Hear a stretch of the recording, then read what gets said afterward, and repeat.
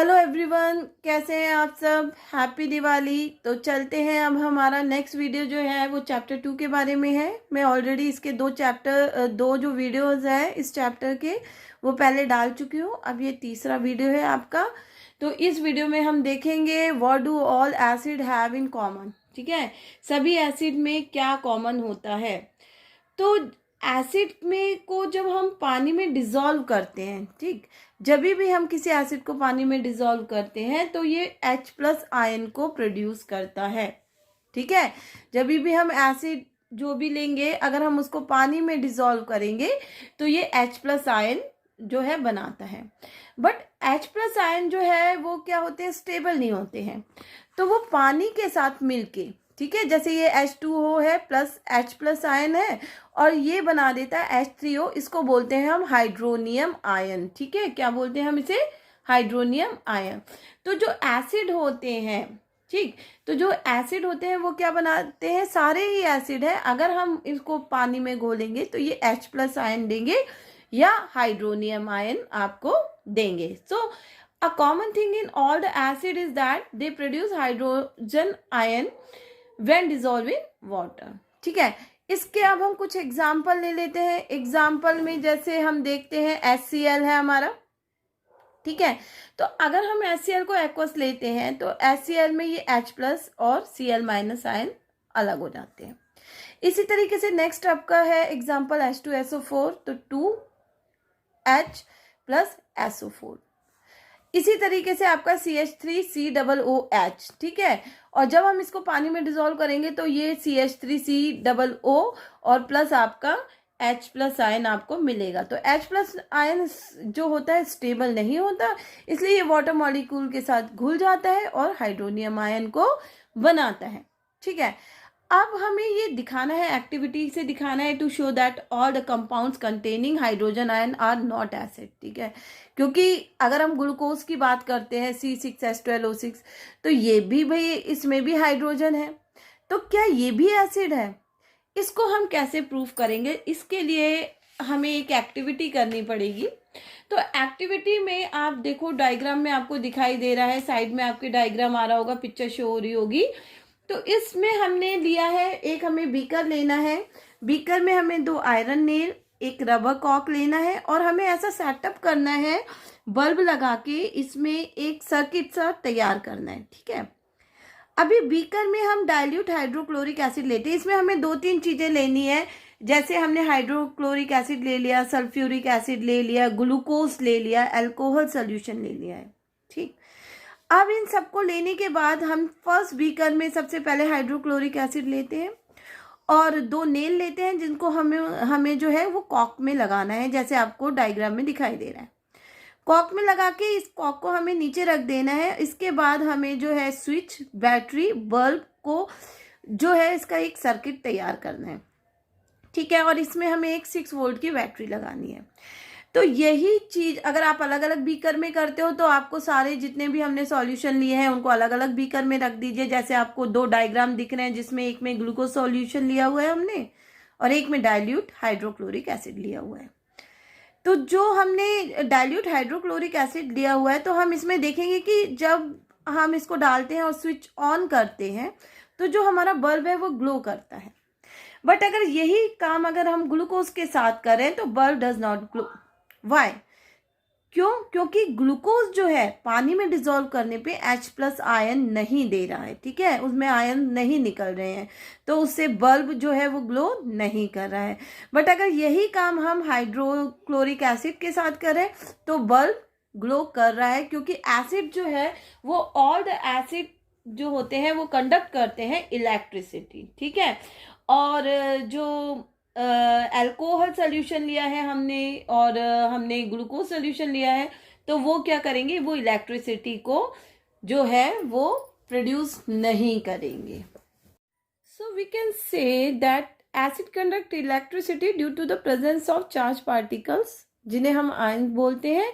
और जो हमने अल्कोहल वगैरह की बात की थी, अल्कोहल हुआ हमारा, ग्लूकोज हुआ हमारा, ये due to absence of ion glucose solution and alcohol solution do not conduct electricity, ठीक है। और इसके बाद एक चीज और है कि जो डिस्टिल्ड वाटर होता है, distilled water does not conduct electricity. भाई अब ये क्यों इलेक्ट्रिसिटी को कंडक्ट नहीं कर सकता है? Because it does not contain any ionic compound, इसमें कोई भी आयनिक कंपाउंड को ये कंटेन नहीं करता। Ionic compound like acid, base और सॉल्ट नहीं कर सकता, या इसमें सॉल्व नहीं होते। जैसे हम बोलते हैं कि इम्प्योरिटीज, जो प्योर वाटर होता है, pure water can not conduct electricity. अगर हम उसमें थोड़ी सी भी इम्प्योरिटीज डाल देंगे तो वो इजीली इलेक्ट्रिसिटी को कंडक्ट करने लगेगा। अब एसिड के बारे में एक चीज और है कि acid do not shows acidic behaviour in the absence of water, ठीक है। तो जो एसिड है वो क्या करता है, एसिड हमेशा जो एसिडिक बिहेवियर अपना शो करता है वो वाटर की प्रेजेंस में ही करता है, एब्सेंस ऑफ वाटर वो नहीं कर सकता है, ठीक है। इसके लिए भी हम एक एक्टिविटी करते हैं कि किस तरीके से जो आपका एसिड है वो किस तरीके से, एसिड जो है वो बिहेव नहीं करता, एसिडिक बिहेवियर को नहीं शो करता है in the absence of water, ठीक है। एब्सेंस ऑफ वाटर में जो है एसिड है वो क्या होता है, एसिडिक बिहेवियर शो नहीं करता है। इसके लिए हमें सबसे पहले हम 1 ग्राम सोडियम क्लोराइड लेंगे और एक टेस्ट ट्यूब लेंगे, बॉइलिंग ट्यूब लेंगे, जिसमें हमें क्या करना है, उसमें हमने पहले 1 ग्राम सोडियम क्लोराइड डाल दिया। अब इसके बाद हमें बहुत ही केयरफुल होके जो है इसमें कंसंट्रेटेड सल्फ्यूरिक एसिड यानी कि H2SO4 कंसंट्रेट डालना है, ठीक। अब इसके बाद जब ये दोनों रिएक्ट करते हैं, जब NaCl प्लस H2SO4 रिएक्ट करता है तो उस समय HCl जो होती है गैस जो है वो प्रोड्यूस होती है, ठीक है। हाइड्रोजन क्लोराइड गैस जो है वो प्रोड्यूस होती है। और हमें पता है भी हाइड्रोजन क्लोराइड जो है उसका नेचर क्या होता है, एसिडिक। अब इसको जो इसके मुंह से, जो टेस्ट ट्यूब होता है ना, उसके मुंह से क्या निकलेगी, ये गैस निकलेगी, आपको एक्टिविटी में शो हो रहा होगा, ठीक है। HCl गैस जो है, जो उसका माउथ है टेस्ट ट्यूब का, उसके माउथ से वो निकलेगी। अब उसको, उसके लिए जहाँ पे वो गैस निकल रही होगी, हमें उस पे पहले तो हम ड्राई लिटमस पेपर डालेंगे, लेंगे उस पे। तो ड्राई लिटमस पेपर में हम देखेंगे कि कोई भी कलर उसमें चेंज नहीं हो रहा, ठीक है। और सेकंड में हम क्या करेंगे, उसी लिटमस पेपर को थोड़ा सा गीला करेंगे, जो हमने ड्राई ब्लू लिटमस पेपर लिया था उसको थोड़ा सा गीला करेंगे। अब हम फिर से वही जहां से HCl गैस जो निकल रही होगी उसके माउथ पे लाएंगे, तो हम देखेंगे जो मॉइस्ट ब्लू लिटमस पेपर है वो टर्न हो जाता है रेड में, ठीक है। क्यों टर्न हो जाता है, क्योंकि HCl गैस से वो रिएक्ट कर रहा है और HCl गैस का नेचर क्या है, एसिडिक है। बट वो एसिडिक नेचर कब शो कर रहा है, जब हमने लिटमस पेपर को गीला किया है, ठीक है, यानी कि जब हमने वाटर को प्रेजेंट किया है। और जब वाटर एब्सेंट था, ठीक है, जब हम ड्राई ब्लू लिटमस पेपर ले रहे थे उस समय उस ब्लू लिटमस पेपर का कलर चेंज नहीं हो रहा था। बट जब हमने उसको गीला किया यानी कि वाटर को प्रेजेंट किया, तब उसका जो लिटमस पेपर का कलर है वो ब्लू लिटमस पेपर का कलर जो है वो रेड टर्न हो गया। तो हम इससे ये प्रूव कर सकते हैं कि जो एसिड है do not show acidic behaviour in the absence of water, only in the presence of water all the acid shows their acidic behavior, okay। तो इसके बाद नेक्स्ट बेस पे आते हैं। अब हम बेस पे आने से पहले मैं आपको एक स्ट्रॉन्ग एसिड और वीक एसिड और बता दूंगी, ठीक है, कि स्ट्रॉन्ग एसिड क्या होते हैं। Acid which is completely ionised in water, ठीक है, पूरी तरीके से आयोनाइज्ड हो गए। जैसे हमने देखा था HCl का, क्यों इसमें H और प्लस Cl माइनस आयंस में ये क्या हो रहा था, पूरी तरीके से जो हो रहा था आयोनाइज्ड हो रहा था, ठीक है। तो acid which is completely ionised in water and does produce a large amount of hydrogen ion is called a strong acid. For example इसमें हम ले सकते हैं HCl, H2SO4, ठीक। और वीक एसिड जो होते हैं ये पार्शियली आयोनाइज्ड होते हैं इन वाटर में, ठीक है, and this produce a small amount of hydrogen ion, that's why they are called weak acid. इसका एग्जांपल है जैसे CH3COOH एसिडिक एसिड, इसका एग्जांपल हो गया। कार्बोनिक एसिड हो गया इसका एग्जांपल। सल्फरस एसिड H2SO3, ठीक है, ना कि H2SO4, ध्यान रखिए H2SO3, ये भी हमारा क्या हो गया, वीक एसिड में आ गया। अगर हम मिनरल एसिड्स के यूज़ की बात करते हैं तो जो सल्फ्यूरिक एसिड है ये मैन्युफैक्चर ऑफ फर्टिलाइज़र में यूज़ होता है, dyes, chemicals, plastic, synthetic fibre, detergent में, कार बैटरीज में इसका यूज़ होता है। नाइट्रिक एसिड का जो यूज़ होता है वो फर्टिलाइज़र बनाने के लिए होता है। एक्सप्लोसिव जो TNT होता है, डाइज और प्लास्टिक बनाने में नाइट्रिक एसिड का यूज़ होता है। हाइड्रोक्लोरिक की बात करें, हाइड्रोक्लोरिक होता है तो ये जो है डाई स्टफ है, टेक्सटाइल इंडस्ट्रीज में इसका बहुत यूज़ होता है, फूड है और लेदर इंडस्ट्रीज है, इसमें इसका जो हाइड्रोक्लोरिक एसिड है उसका यूज़ बहुत होता है। नेक्स्ट जो अब हम बात करने जा रहे हैं वो हम बात करने जा रहे हैं बेस की। ठीक है, तो बेस जो होता है, ज़्यादातर बेस जो है वो पानी में डिज़ोल्व नहीं होते हैं। ठीक है, याद रखिए ये बात, क्योंकि इंट्रोडक्शन में आपको फर्स्ट वीडियो में दे चुकी हूँ, तो उसके लिए आपको मेरा फर्स्ट वीडियो देखना पड़ेगा इसी चैप्टर का। और अब मैं आपको बता रही हूँ कि मतलब बेस में क्या है कॉमन, सब सारे बेसिस में क्या कॉमन होता है। ठीक है, तो जो बेस है do not dissolve in water. ठीक है, but some bases dissolve in water, जो है कुछ जो है बेस होते हैं वो पानी में घुल जाते हैं। ठीक, जो बेस पानी में डिजॉल्व हो जाते हैं, ठीक है, base which is soluble in water is called alkali. ठीक है, तो जो बेस पानी में घुल जाते हैं एल्केलाई कहलाते हैं।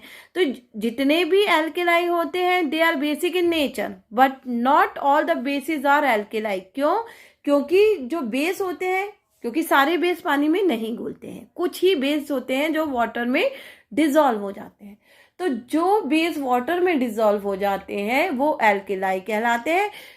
All the alkali have basic nature, सभी एल्केलाई का जो होता है बेसिक नेचर होता है, बट हर बेस जो होता है वो पानी में डिजॉल्व नहीं होता, इसलिए वो एल्केलाई हर बेस नहीं हो सकता है। ठीक है, अगर हम बात करते हैं कि सभी बेस में कॉमन क्या होता है, तो सभी बेस में जो है हाइड्रोक्साइड आयन कॉमन होता है, जो OH- आयन होता है वो कॉमन होता है। ठीक है, इसी के बेस पे अगर हम स्ट्रॉन्ग बेस और वीक बेस की बात करें, तो जो बेस है which is completely ionised in water, ठीक है, और प्रोड्यूस करते हैं large amount of hydroxide ion, that is called strong base. इसका हम एग्जांपल है इसका KOH, पोटेशियम हाइड्रोक्साइड, ठीक है, सोडियम हाइड्रोक्साइड, ये क्या होते हैं? ये स्ट्रॉन्ग बेस होते हैं। ठीक, अगर हम वीक बेस की बात करते हैं तो वीक बेस क्या होते हैं? पार्शियली आयोनाइज्ड हो जाते हैं जब पानी में इसको डिसॉल्व किया जाता है। ठीक है, तो अगर हम देखो बेस की, स्ट्रॉन्ग बेस की बात करें तो वाटर में डिसॉल्व हो रहा है, वाटर में डिसॉल्व हो गया तो क्या हो गया? वाटर में डिसॉल्व हो गया तो एल्केलाई हो गया, तो स्ट्रॉन्ग एल्केलाई हो गया। ठीक है, उसको हम स्ट्रॉन्ग एल्केलाई भी बोल सकते हैं। और वीक एल्केलाई क्या हो गया? जो पार्शियली आयोनाइज्ड हुआ जब हमने वाटर में उसको डिसॉल्व किया। ठीक है, इसका एग्जाम्पल है आपका जो हमारे वीक बेस होते हैं, उसका एग्जाम्पल मैं आपको बता रही हूँ। कैल्शियम हाइड्रोक्साइड हो गया, ठीक है, मैग्नीशियम हाइड्रोक्साइड हो गया, अमोनियम हाइड्रोक्साइड हो गया, ये क्या होते हैं? ये सारे हैं वीक बेस। क्यों है वीक बेस?